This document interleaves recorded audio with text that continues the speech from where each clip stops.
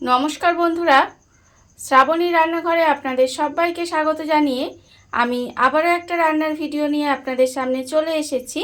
আজকের আমি আপনাদের কুমড়ো দিয়ে একটা অসাধারণ রেসিপি বানিয়ে দেখাবো। আশা করি আপনাদের ভালো লাগবে। তার জন্য কিন্তু আমার পুরো ভিডিওটা আপনাদের দেখতে হবে। আর দেখা শুরু করার আগে একটা লাইক দেবেন, সুন্দর একটা কমেন্ট করবেন আর শেয়ার করতে ভুলবেন না। তাহলে চলুন আজকের আমি এই কুমড়ো দিয়ে কী বানাই সেটা আপনারা একবার দেখে নিন।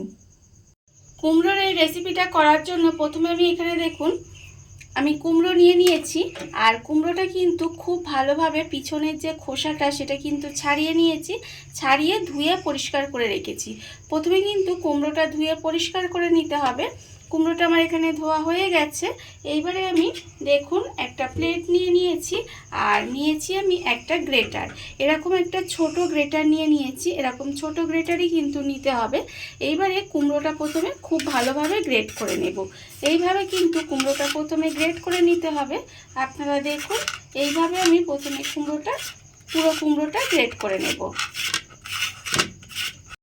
সমস্ত কুমড়োটা আমি এখানে দেখুন গ্রেট করে নিয়েছি। এইবার আমি একটা মশলা রেডি করে নেব। তার জন্য নিয়েছি আমি মিক্সিং জারের মধ্যে আমি দিয়ে দেব প্রথমে টমেটো। দেখুন আমি কিন্তু এখানে একটা মাঝারি সাইজের টমেটো রেখেছি, সেই টমেটোটা আমি মিক্সিতে দিয়ে দিলাম। এইবারে দেব আমি এখানে আদা। এখানে আমি অল্প একটু আদা রেখেছি ছোট ছোট কুচি করে, সেই আদাটা আমি দিয়ে দিলাম। এবারে আমি দেব দেখুন দুটো কাঁচা লঙ্কা আমি এর মধ্যে দিয়ে দিলাম। আর আমি এর মধ্যে দেব অল্প একটু কাঁচা বাদাম রেখেছি, মানে চিনে বাদাম রেখেছি, সেই বাদামটাও কিন্তু এখানে দিয়ে দিলাম। দিয়ে এবারে আমি এর মধ্যে অল্প সামান্য একটু জল দেব, দিয়ে মশলাটা কিন্তু রেডি করে নেব। মশলাটা আমি এখানে দেখুন রেডি করে নিয়েছি। আর মশলাটা কত সুন্দরভাবে রেডি হয়ে গেছে আমার এখানে। আর অন্যদিকে দেখুন আমি কিন্তু গ্যাসটা অন করে কড়া বসিয়ে দিয়েছি। এবারে আমি কড়ার মধ্যে দেব সর্ষের তেল। এখানে কিন্তু আমি রান্নাটা সর্ষের তেলেই করব। আর আপনারাও চেষ্টা করবেন সর্ষের তেলে করার, কারণ রান্নাটা সর্ষের তেলে করলে কিন্তু বেশি ভালো খেতে হবে। দেখুন আমি কিন্তু এখানে প্রায় 3 থেকে 3.5 চামচের মতো তেল দিয়ে দিলাম। এবারে তেলটাকে একটু গরম হতে দিতে হবে। তেলটা আমার এখানে দেখুন গরম হয়ে গেছে। এইবারে আমি তেলের মধ্যে দিয়ে দেব বড়ি। এখানে আমি বেশ কিছুটা মটর ডালের বড়ি রেখে দিয়েছি, সেই বড়িটা আমি তেলের মধ্যে দিয়ে দিলাম।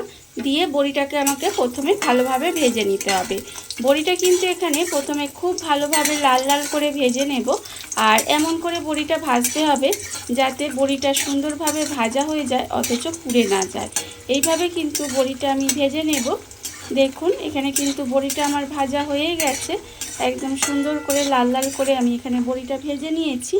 এইবারে আমি বড়িটাকে আলাদা করে তুলে রেখে দেব। বড়িটা এখানে আমাকে আলাদা করে তুলে রেখে দিতে হবে।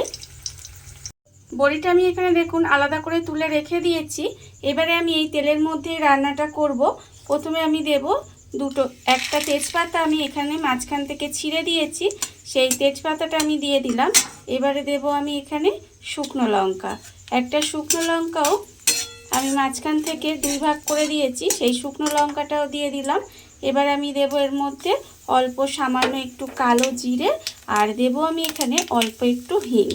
এবারে দেখুন সমস্ত ফোড়নটা আমি একটু ভেজে নিয়েছি। আর হিংটা দিয়ে কিন্তু বেশি ভাজা যাবে না, তাহলে হিংটা পুড়ে যাবে, তখন কিন্তু খেতে ভালো লাগবে না। এবারে আমি এর মধ্যে দিয়ে দিলাম কুমড়োটা। যে কুমড়োটা আমি এখানে গ্রেট করে রেখেছিলাম, সেই কুমড়োটা আমি এর মধ্যে দিয়ে দিলাম। দিয়ে এবারে কুমড়োটা খুব ভালোভাবে এইভাবে তেলের সঙ্গে একটু মিশিয়ে রান্না করে নেব। দেখুন কুমড়োটা কিন্তু এইভাবে একটু ভালোভাবে একটু রান্না করে নিতে হবে। কুমড়োটা দিয়ে আমি প্রায় 2 থেকে 3 মিনিট মতো এইভাবে একটু রান্না করে নেব। গ্রেট করা কুমড়োটা দেখুন তেলের মধ্যে দিয়ে আমি কিন্তু এইভাবে একটু ভাজা ভাজা করে নিয়েছিলাম। মিনিট 2 ধরে কিন্তু আমি কুমড়োটাকে এইভাবে একটু তেলের ওপর ভেজে নিয়েছি। দেখুন আমার কিন্তু ভাজাটা হয়ে গেছে।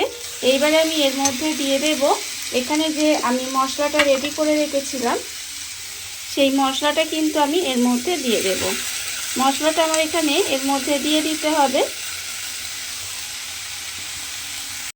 পুরো মশলাটা আমি এখানে দেখুন কুমড়োর মধ্যে দিয়ে দিয়েছি।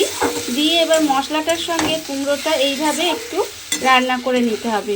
মানে মশলাটা এইভাবে কুমড়োর সঙ্গে একটু কষিয়ে নেব, যাতে মশলার যে একটা কাঁচা গন্ধ থাকে সেটা চলে যায়। সেই জন্য মশলার সঙ্গে কিন্তু কুমড়োটা দিয়ে এইভাবে 30 সেকেন্ড মতো একটু কষিয়ে নিতে হবে। আপনারা তো অনেক রকম কুমড়োর রেসিপি খেয়েছেন, একবার এইভাবে কুমড়োটা বানিয়ে দেখবেন, খেতে কিন্তু অসম্ভব সুন্দর হয়।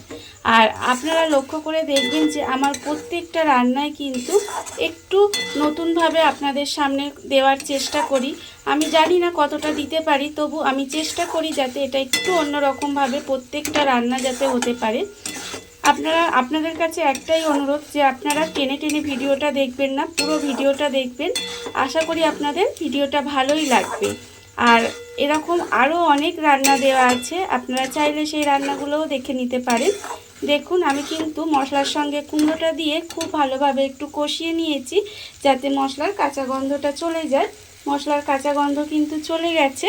এইবারে আমি এর মধ্যে দিয়ে দেব, দেখুন আন্দাজ মতো নুন আছে আমার এখানে, হাফ চামচ হলুদের গুঁড়ো, হাফ চামচ জিরের গুঁড়ো, আর 1/4 চামচ মতো কাশ্মীরি লঙ্কার গুঁড়ো আছে আমার এখানে, 1 চামচ চিনি। এই রান্নাটা যেহেতু নিরামিষ রান্না, একটু চিনি দিলে রান্নাটার স্বাদটা কিন্তু আরও বেড়ে যায়। সেই জন্য আমি এখানে একটু চিনি দিয়েছি। আপনারা চিনির পরিমাণটা বাড়িয়ে বা কমিয়ে দিতে পারেন। দেখুন এবার মশলাটা দিয়েও কিন্তু গুঁড়ো মশলাটা দিয়েও খুব ভালোভাবে একটু কষিয়ে নেব। আর এই সময় কিন্তু আমি এই যে মিক্সিটা ধুয়ে সেই অল্প সামান্য একটু জল দেব। আর কিন্তু বেশি জল আমি এর মধ্যে দেব না, এই অল্প জলেই কিন্তু রান্নাটা হবে। যেহেতু কুমড়োটা আমার এখানে গ্রেট করা আছে, সেই জন্য আমি কিন্তু এতে বেশি জল দেব না। দেখুন এই সময় কিন্তু গ্যাসটা লোতে দিয়ে রাখবো, দিয়ে রেখে এইভাবে একটু রান্না করে নিতে হবে। এইভাবে আমি একটু রান্না করে নেব। দেখুন অল্প একটু মিক্সি ধোয়া জল দিয়ে গ্যাসটা লোতে দিয়ে আমি এইভাবে একটু রান্না হতে দিয়েছিলাম। দেখুন রান্নাটা এখানে যতক্ষণে হচ্ছে ততক্ষণ আমি এখানে রেখেছি বেশ কিছুটা ভাজা বড়ি। সেই বড়িটা কিন্তু আমি এখানে এইভাবে হাত দিয়ে একটু ভেঙে ভেঙে দেব। দেখুন বড়িটা এইভাবে একটু হাত দিয়ে চিপলেই কিন্তু বড়িটা সুন্দরভাবে একদম গুঁড়ো হয়ে যাচ্ছে। আর এইভাবেই কিন্তু বড়িটা আমাকে একদম গুঁড়ো করে নিতে হবে। দেখুন সুন্দরভাবে বড়িটা আমি এখানে গুঁড়ো করে নেব। বড়িটা আমি এখানে দেখুন খুব ভালোভাবে গুঁড়ো করে নিয়েছি। আর অন্যদিকে কিন্তু এটাও গ্যাসটা লোতে দিয়ে এইভাবে রান্না হতে দিয়েছিলাম। দেখুন অনেকটাই কিন্তু শুকনো শুকনো হয়ে গেছে, রান্নাটা আমার এখানে প্রায় হয়ে এসেছে। এইবারে আমি যে বড়িটা এখানে গুঁড়ো করে রেখেছিলাম সেই বড়িটা আমি এর মধ্যে দিয়ে দেব। বড়িটা আমি এর মধ্যে দিয়ে দিলাম, দিয়ে খুব ভালোভাবে কিন্তু এর সঙ্গে একটু মিশিয়ে দিতে হবে। দেখুন এইভাবে একটু মিশিয়ে দেব। আর এটা আপনারা গরম ভাত দিয়ে খেতে পারেন, রুটি লুচি পরোটা যে কোনো কিছুর সাথে খেতে পারেন, খেতে কিন্তু অসম্ভব সুন্দর হয়। দেখুন আমি কিন্তু ভাজা বড়িটা যে গুঁড়ো করে রাখলাম সেটা এর সঙ্গে খুব ভালোভাবে মিশিয়ে দিয়েছি। মিশিয়ে দিয়ে আবারও কিন্তু 5 মিনিট মতো এইভাবে একটু রান্না হতে দেব। দেখুন এইভাবে কিন্তু আরও 5 মিনিট আমি রান্না করে নেব। আর আরেকটা কথা বলে দিই, এই সময় কিন্তু গ্যাসটা একদম লোতে দিয়ে রাখবেন, না হলে তলায় কিন্তু লেগে যেতে পারে। সেই জন্য এইভাবে একটু গ্যাসটা লোতে দিয়েই কিন্তু রান্নাটা পুরো করতে হবে। দেখুন গ্যাসটা লোতে দিয়ে আরও 5 মিনিট মতো এইভাবে আমি একটু রান্না হতে দেব। ভাজা বড়িটা দিয়ে আমি কিন্তু দেখুন এইভাবে খুব ভালোভাবে মিশিয়ে 5 মিনিট মতো একটু রান্না হতে দিয়েছিলাম। এর ফলে দেখুন রান্নাটা কিন্তু আমার এখানে প্রায় হয়েই গেছে। দেখুন এটা কিন্তু কড়া থেকে নিজে থেকেই উঠে আসছে, তার মানে কিন্তু রান্না একেবারে রেডি। আমি নামানোর আগে এর মধ্যে দিয়ে দেব অল্প একটু গরম মশলার গুঁড়ো, আর দেব আমি এখানে অল্প সামান্য একটু ঘি। এই ঘি আর গরম মশলাটা দেওয়ার কারণে এর স্বাদটা কিন্তু আরও বেড়ে যাবে। দেখুন যেহেতু নিরামিষ রান্না সেই জন্য আমি লাস্টে একটু ঘি আর গরম মশলা দিলাম। দিয়ে আমি কিন্তু এটা খুব ভালোভাবে একটু মিশিয়ে নেব।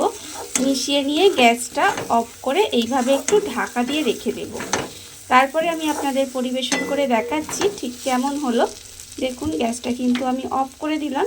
এবারে এটা খুব ভালোভাবে মিশিয়ে গ্যাসটা অফ করে একটু ঢাকা দিয়ে রেখে দিতে হবে। দেখুন বন্ধুরা, বাড়িতে থাকা কত অল্প উপকরণে কত অল্প সময় কত সুন্দর একটা কুমড়োর রেসিপি তৈরি হয়ে গেছে, আপনারা দেখতেই পেলেন। আর এটা কিন্তু আপনারা গরম ভাত দিয়ে খেতে পারেন, রুটি, লুচি, পরোটা যে কোনো কিছুর সাথে খেতে পারেন। খেতে কিন্তু অসম্ভব সুন্দর হয়। আর এইভাবে আপনারা একবার হলেও বাড়িতে বানিয়ে দেখতে পারেন। এই ভিডিওটা যদি আপনাদের ভালো লেগে থাকে, আপনারা যদি ফেসবুক থেকে দেখে থাকেন পেজটি ফলো করে দেওয়ার অনুরোধ রইল। আর যদি ইউটিউব থেকে দেখে থাকেন চ্যানেলটি সাবস্ক্রাইব করে নেওয়ার অনুরোধ রইল। তাহলে চলুন ভিডিওটা আমি এখানেই শেষ করছি। আপনারা সবাই ভালো থাকবেন, সুস্থ থাকবেন। আবারও হাজির হব নতুন কোনো রান্না নিয়ে।